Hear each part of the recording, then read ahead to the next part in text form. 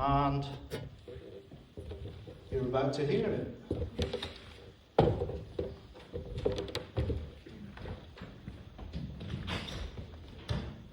With Robert Erskine and Kate Barden.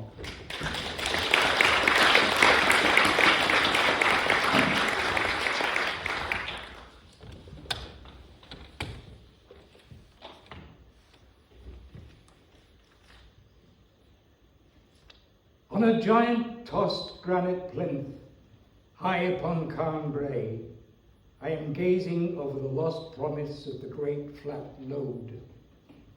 When a breathless woman, inappropriately dressed, I thought, for a clamber up a nettle-strewn hillside, slaps a hand on my slab pedestal and gazes up at me through eyes of sparkling serpentine. Excuse me, is that the sea? That blue over there?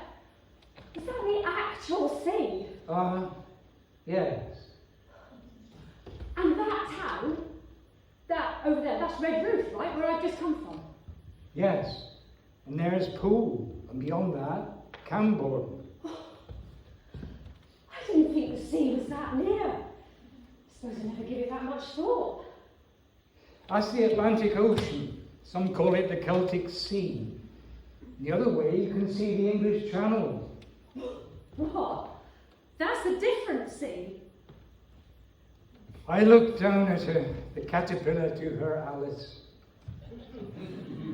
She pulls on her vaporizer, and I'm engulfed in a mist of strawberries.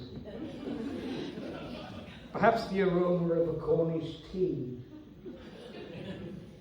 You can see both coasts of Cornwall at once from here. I didn't know that, because I've never been up here before. You live in Redruth? All my life. I wondered why someone might not be, well, curiouser. She stows the vaporizer in a tiny pink rucksack, clambers onto the pedestal, and sits down beside me. All my life, I've seen this hill from my back garden. It's like I've been looking at it, but not really seeing it. Like it was just a painting on the wall. Not that we ever had paintings on our wall. Perhaps if my parents had brought me up here as a child. I asked Mum once, why we'd never been up here, but she couldn't see the point. She said, "Can't be much to see or expect we'd have heard about it." And besides, she said her parents had never taken her up either. I nearly said they fuck you up, your mum and dad. But I didn't. You don't, do you? The kids are at their dad's, so I went to bed early. Woke with a start this morning, didn't know what to do with myself. So you thought, I know, I'll go and Carn Brea. Sort of. Do something different. I'm Kate. I'm Rob. Pleased to meet you. Oh. I'd forgotten about this.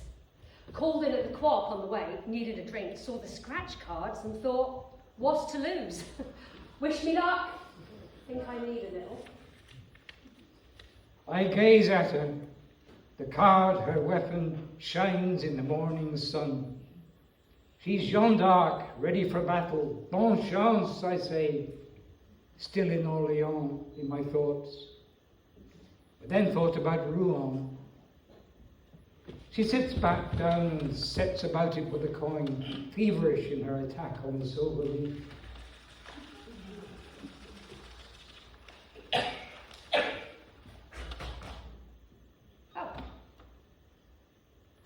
A silence comes between us. She smiles and appears lost in thought for a moment or two before sliding the scratch card into her back pocket. Do you never go to the beach then? It's funny that I never realised the sea was so close. I remember Mum taking me there just the once, I've been asking her because some of the kids at school have been there on their bikes, but we didn't have bikes. Mum said it cost too much for all of us on the bus, and there was too many of us for a taxi. If we can't go one and all, then none will, she said. And that was that. Anyway, turns out she must have been chatting to Tyler Joff about it, saying how the kids had never been or something, and he said, seeing how he was doing a job down in Luggan, he'd drop us off down Portreath before he set to work if she wanted. Happy to, he was. No problem, Janie, he said. I'll take him, but I don't know what time I'll be finishing, so you'll have to make your own way back. Come the day, we all climbed up onto his pickup truck and hung on. She revels in the memory of it for a moment, until a stray cloud darkens the air around us. My kids don't know it's Samir, so they never asked to go. Expect it might be like that for a lot of them at their school. Portreath might as well be Timbuktu, wherever that is. As kids, we saw the seaside on telly, but it didn't register that it was so near to us. Actually, there. It's just there. Imagine living 4 miles from the sea, and it might as well be 400. You should go. Take your children. The sea is your heritage. Really? Don't see many pirates in Druth. No, smugglers. We got plenty of they, I suppose. But where do you think I used to get my baccy from? What would it cost me to build up my kids' hopes for future trips when I never had money spare to take them? Or the rent? It's proper expensive living here. I know. Can't afford to run a car, so we don't go out for the day. As for holidays, I've never even been out of Cornwall. I've never even been to other parts of Cornwall, except Truro shopping. Oh, no, and once I went to Trago with my mum and her boyfriend at the time. Roger, I think he was called. Yeah, that was nice. Do you not go out at all? No, not really. Get a few cans in from the supermarket, stay in and watch the telly. Still like a can or two. That's not much to ask, is it? I've managed to stop the smoking. I'm vaping now. When I mention things like that, things that aren't essential, people do judge you. Perhaps you're judging me now. I shake my head rather too quickly for my own liking. Sometimes it gets that you can't think straight because you're worried about money all the time. It's on your mind, constantly, sucking the joy out of life. You go about thinking, where am I going to get the money for this? And how am I going to pay for that? Will the supermarket till decline my card because I don't know if I've got enough in? And then when it does, deciding what I have to put back. While the people behind me in the queue, the ones who never have to go through this sort of thing, they're tutting, judging me. Going to the food bank is easier because you know the other people there are struggling like you are. You don't feel the shame. People who run it do it because they care. So they're on your side. I can't believe that I've lived so long and seen the world I grew up in come to this. I always thought things would get better. That's the difference between us. I really don't. It just seems relentless. Sometimes you just need a distraction, anything, like having your nails done or having your eyebrows done, just to make you feel good about yourself. It doesn't cost much. Every other girl on the estate's been on a beauty course.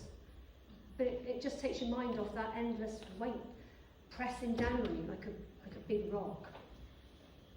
I sometimes lie awake at night watching the clock, waiting for the numbers to go, turn over, to 0, 0, 0, 0, and then thinking, my money should be going in the bank now. And then I can sleep. That's horrible. It is. But it's nice that you're listening to me, and it feels good for me to talk about it to someone. I know you can't do anything to help me, but yeah, thanks for listening. Oh, I'll show you some photos of my kids.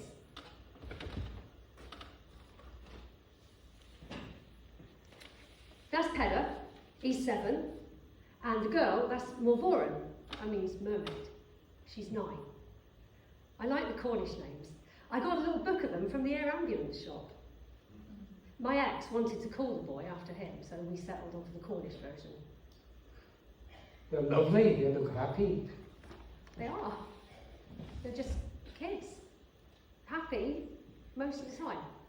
Playing, smiling. It's just sometimes, well, I can't keep them happy all the time. Like when they're hungry. Everybody smiles for a photograph, don't they? You know, it's not like we're starving like you see in those other countries. Well, you can see that. I just wish I could do better for them.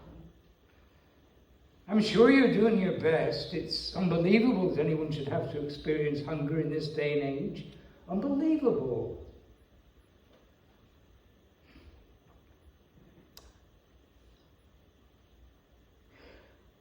A cloud, a Cornish waif, passes on through, and our pedestal is warmed once again. That's nice, the sun's come out again. Do you live in Redruth? Just above St Ives, a place called Twedmac. Oh, really? It's nice. That's the posh place all the Emmets flock to, isn't it? I suppose so. Well, at least we don't have to worry about them in Druth. You see, that's another reason I don't take the kids to the beach. It's not ours anymore. The Cornish, at least those of us without any money. It's there for the tourists. They own it in the summer. It's not for the likes of us. I don't think it was for us back when I was little. You can't imagine how big the sea is, can you? Until you face up to it in person, just you and it. I think I must have been about 9 or 10. It was really weird because I'd read about it in the books that were set by the seaside, but they never told you about the bigness of it. Like they thought you should have already known that. And there was more sand than I could ever imagine. More, even, than in the building site at the posh new houses where we used to play.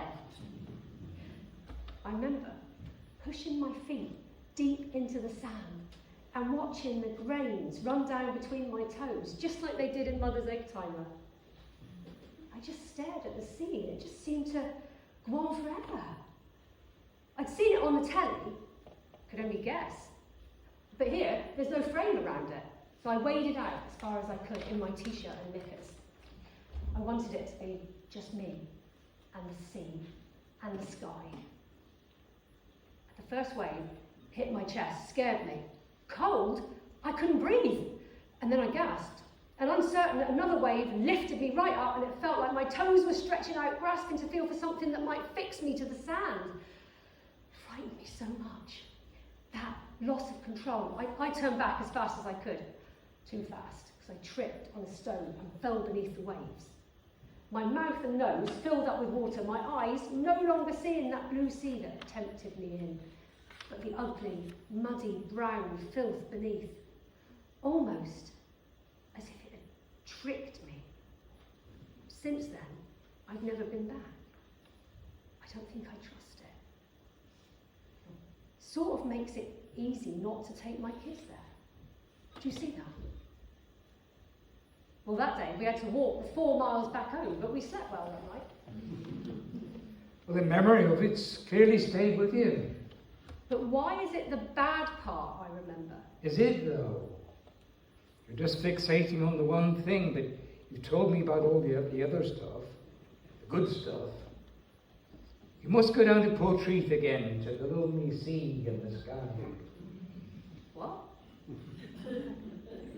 It's a poem by Masefield, sort of. Oh, right. You like poetry, do you? I squirm in the pervading silence. She's probably thinking, twat. Needs time, perhaps, to despise me. She comes back to me. I never really got into it at school. It helps sometimes.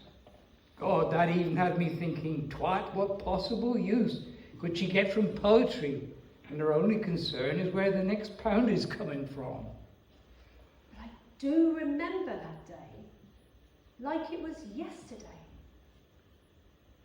Perhaps my children need a memory like that. I think that'd be a lovely idea, even if you can't afford it. I see these visitors, their kids dressed sharp, trainers white where they're supposed to be, their clothes all look quality, not like they bought them down the cheap shops. When I look at mine and they're pilled polyester and plucked lycra. She stands up and looks across to the sea. She's Jeanne d'Arc once more, listening to her saints. Saint Jean rising from the flames, golden in her adornment, she holds up a scratch card that catches the light, signalling her reawakening. God, I done half write some shite sometime. £500! I've won 500 fucking pounds! I didn't tell you before, just in case you nicked the card off me. But you seem a nice person, and you are right, Mr. Poet. I'm heading down to Big Tesco. Now that's it there, isn't it, right? I'm nodding, grinning like a French peasant. I'm going to buy them new summer outfits, box fresh trainers, taxi there, taxi back. We're going to go to the beach as tourists. We're going to buy overpriced ice cream and fish and chips served in a child's seaside bucket. Maybe even a full English served up on a tinner's shovel. I've seen them all on Facebook. I shall go down to the sea again, just to give my children a memory. Hey, make sure you bring them up Carn Brea on a clear day, mind, so they can see for themselves just how close to the sea they really are.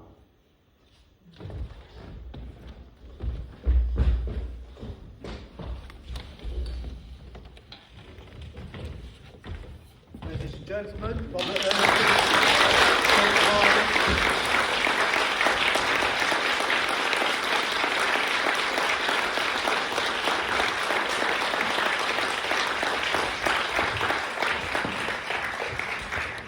That was brilliant, absolutely brilliant. Thank you.